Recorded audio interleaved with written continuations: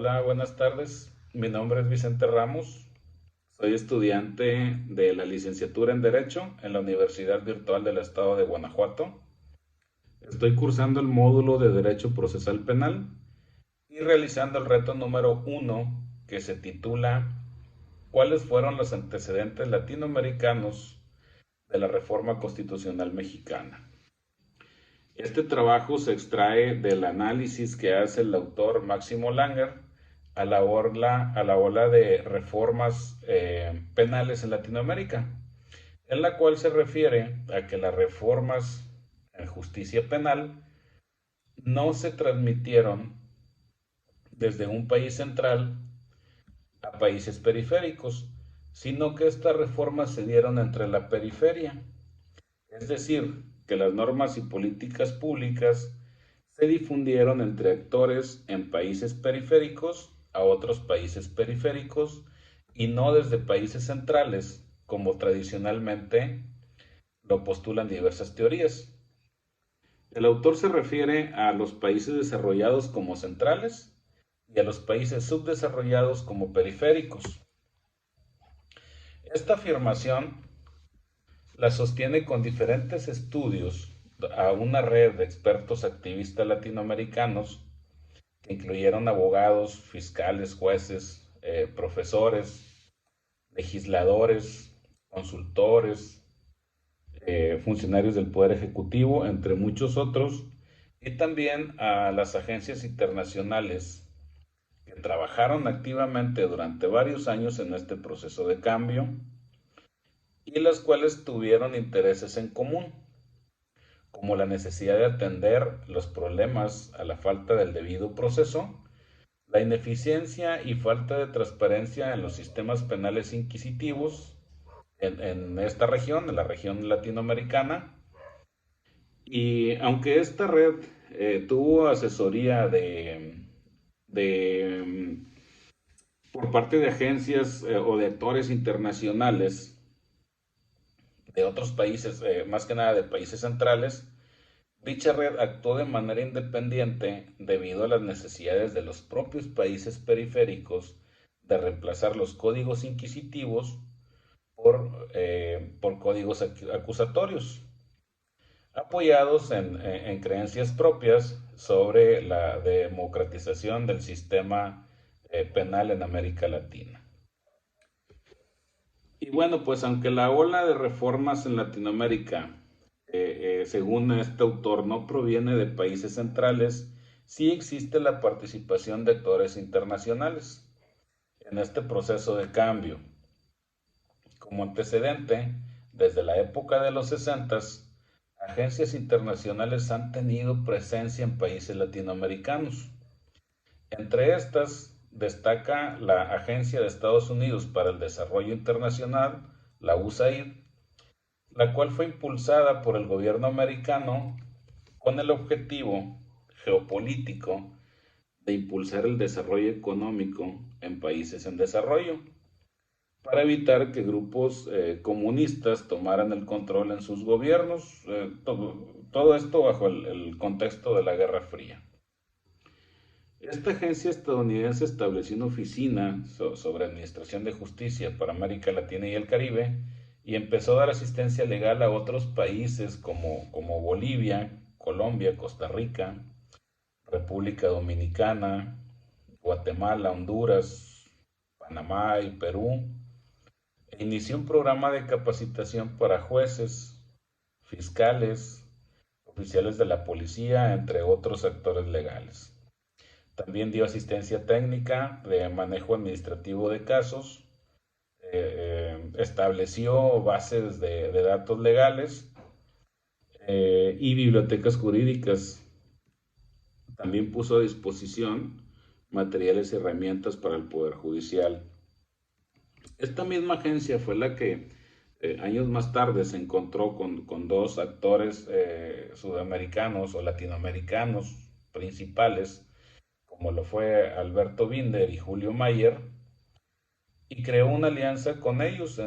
Se hizo una alianza entre estos dos grupos, iniciaron a trabajar en conjunto con la finalidad de reemplazar los códigos inquisitivos con códigos un poco más acusatorios.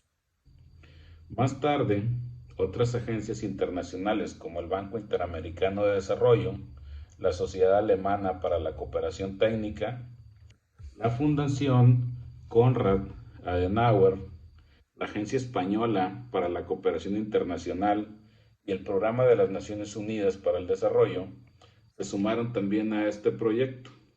Apoyaron la red de reformas penales y apoyaron a la red de activistas del sur, financiando sus viajes y sus actividades, es decir, dando apoyo económico.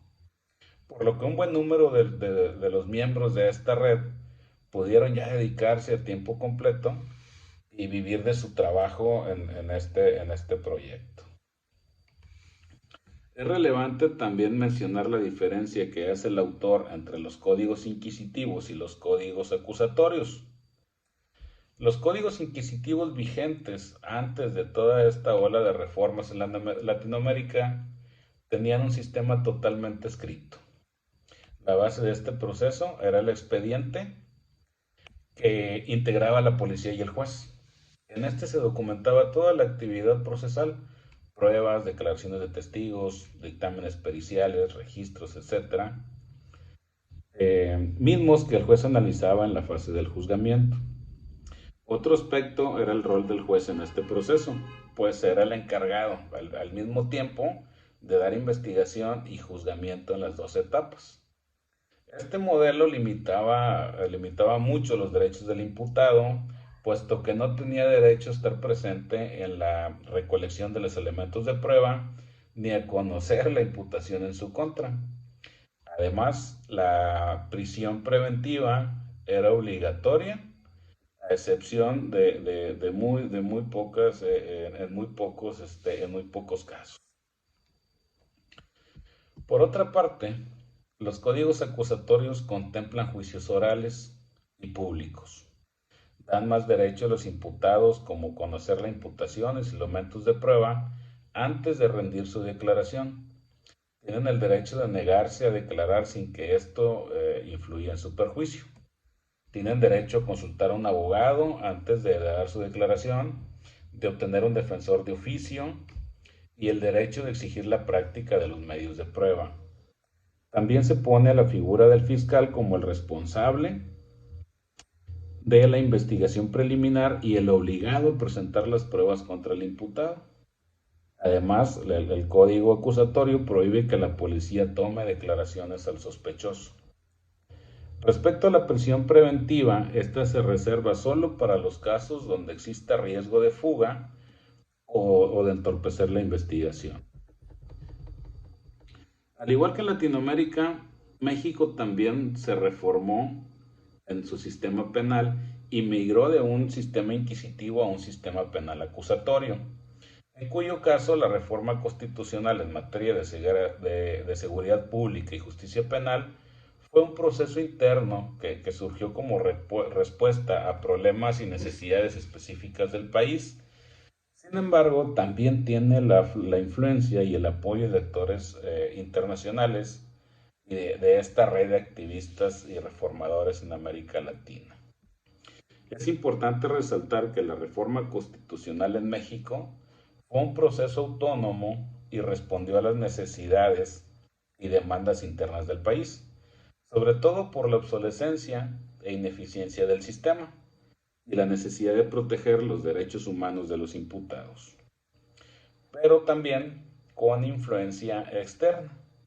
El análisis del autor coincide con los motivos y circunstancias y con la influencia que tuvo la red de activistas del sur y los actores internacionales en el sistema de justicia penal mexicano. Este análisis es muy importante debido a las críticas que recibieron las reformas en el sistema penal de nuestro país, que aseguran que fue por imposición norteamericana, y este trabajo viene a dar claridad desde un punto de vista analítico y basado en estudios, cuáles fueron sus principales causas y quiénes intervinieron en este cambio. Gracias.